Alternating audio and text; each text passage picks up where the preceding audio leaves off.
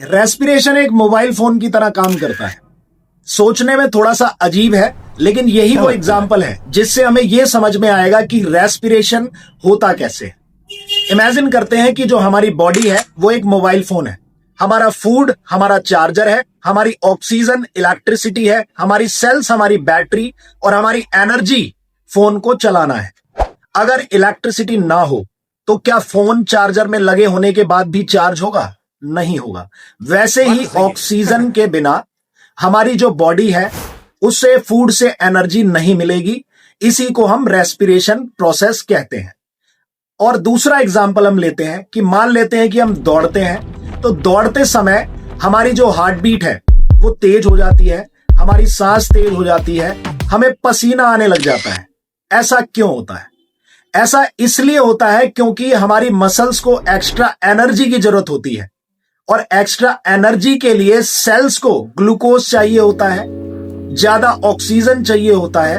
तो ऐसी कंडीशन में हमारी जो ब्रीथिंग है वो फास्ट हो जाती है। अब जब ब्रीथिंग फास्ट हो जाती है तो रनिंग को हम फास्ट रेस्पिरेशन के नाम से जानते हैं। तो ये था हमारा दूसरा एग्जांपल।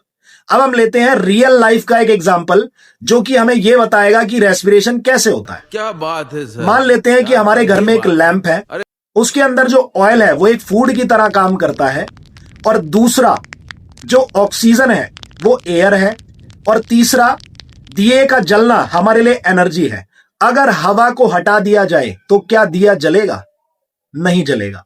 उसी तरीके से अगर ऑक्सीजन को हटा दिया जाए तो क्या हमारी बॉडी को एनर्जी मिलेगी? नहीं मिलेगी। इसका तीसरा एग्जाम्पल यह है कि हम मान लेते हैं कि हम रोटी खाते हैं, चावल खाते हैं, या बच्चों का फेवरेट हम बर्गर खाते हैं। तो ये क्या करता है, हमारी बॉडी के अंदर इस खाने को तोड़ता है, और हमारी खाने को तोड़ने के बाद ये क्या करेगा, ये इसे ग्लूकोज में कन्वर्ट कर देगा, ऑक्सीजन में कन्वर्ट कर देगा, जिससे हमारी बॉडी को एनर्जी मिलेगी, कार्बन डाइऑक्साइड रिलीज हो जाएगा। तो इस प्रोसेस को हम क्या कहते हैं? रेस्पिरेशन कहते हैं। अब इसका आखिरी एग्जाम्पल हमें यह बताएगा कि रेस्पिरेशन जो है ऑक्सीजन के बिना कैसे होता है। एनारोबिक रेस्पिरेशन का मतलब होता है एब्सेंस ऑफ ऑक्सीजन।